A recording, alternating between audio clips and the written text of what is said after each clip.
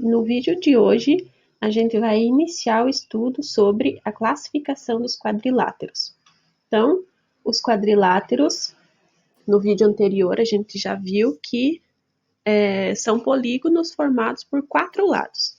Então, a classificação geral dos quadriláteros, então, tem os paralelogramos, os trapézios e os trapezoides, tá?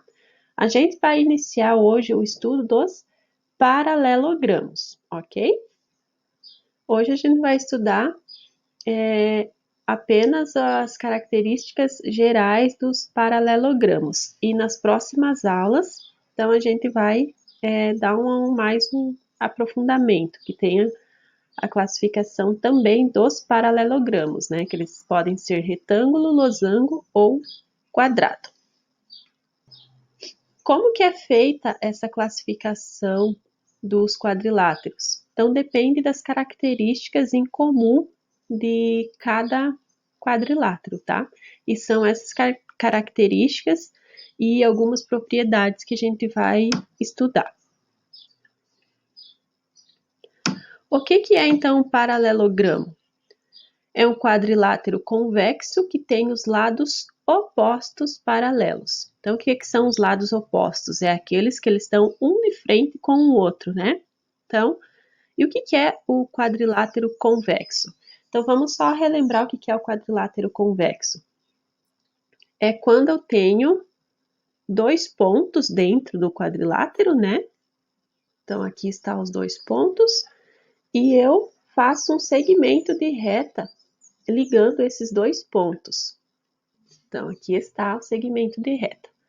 Então, para o quadrilátero ser considerado convexo, então esse segmento de retas tem que estar, né, todo contido dentro do espaço aqui do quadrilátero. Não pode ficar nem um pedacinho dessa reta para fora, no caso, tá? Então, paralelogramo é um quadrilátero convexo. Então, algumas características deste quadrilátero. Os lados opostos A, B e CD são paralelos, tá? Então, este lado aqui, ó, AB com o CD são paralelos. Ou seja, por mais que eu prolongue esses 2 lados aqui, eles jamais vão se encontrar, tá? Então, imagine uma linha infinita passando sobre esses 2 lados. Então, elas nunca vão se encontrar, né? Isso que é ser paralelos.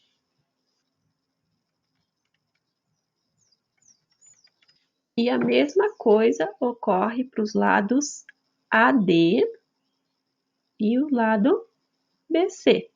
Os dois também são paralelos. Outra característica do paralelogramo é que qualquer lado ele pode ser considerado a base, tá? Então, isso aqui pode ser a base, isso aqui pode ser a base, ou qualquer uma dos 4 lados pode ser a base, tá? AF é uma altura relativa à base BC. Então, considerando a base, esse lado aqui, o lado BC, o que é a altura do paralelogramo? É esse segmento AF aqui.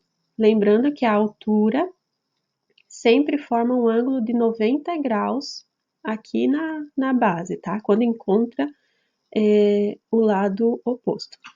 Então, AF é a altura do paralelogramo se for tomado o lado BC como a base dele, ok?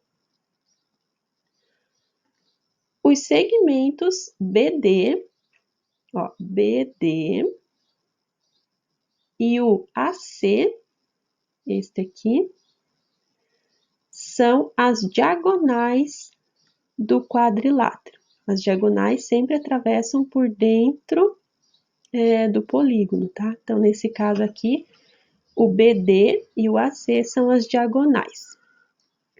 Este ângulo aqui é oposto a este ângulo aqui, tá? Esse ângulo aqui, no vértice B, é oposto a este ângulo no vértice D, tá? Ângulos opostos, da mesma forma que lados opostos, eles ficam um de frente com o outro. A soma dos quatro ângulos internos de qualquer paralelogramo sempre dá 360 graus. Então, se a gente for somar o ângulo A, o ângulo B, o ângulo C e o ângulo D, essa soma vai dar 360 graus, tá?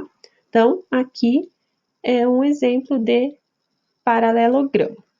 Essas, então, são as características que um quadrilátero deve ter para ser considerado paralelogramo, tá? Então, tem que obedecer todas essas regrinhas aqui.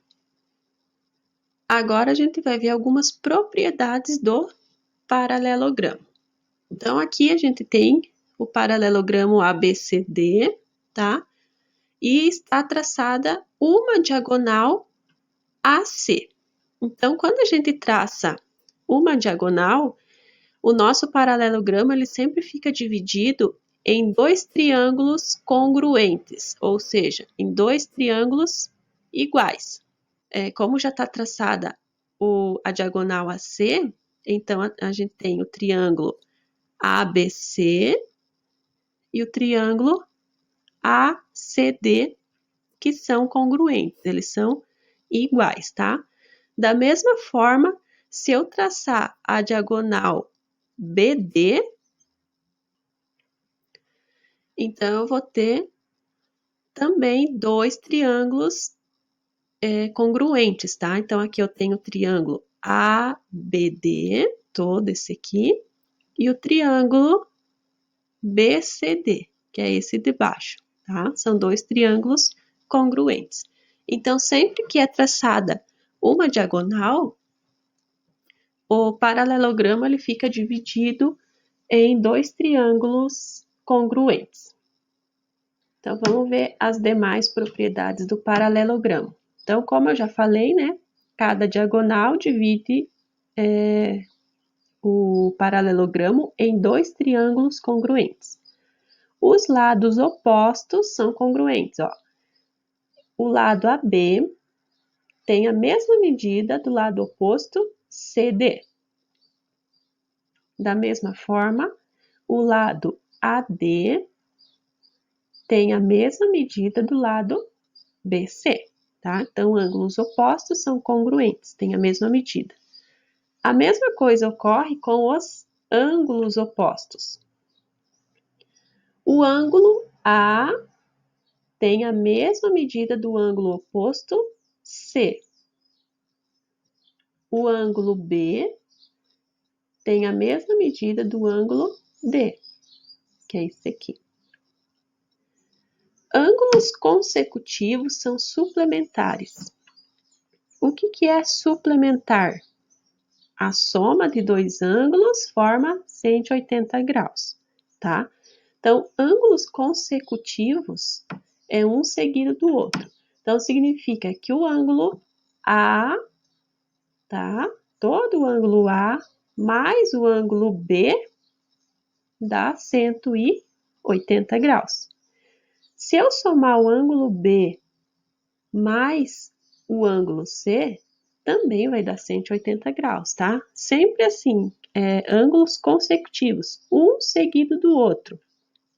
Se eu pegar o A e o D, então o ângulo A mais o ângulo D também vai dar 180 graus, porque eles são consecutivos. E os quatro juntos, o A, o B, o C e o D, eles formam 360 graus. E uma última propriedade do paralelogramo é que as diagonais se interceptam nos pontos médios. Então, aqui eu já tenho uma diagonal. Se eu traçar a outra diagonal BD, elas vão se encontrar aqui no ponto médio, tá? Então, exatamente aqui é o ponto médio das duas diagonais.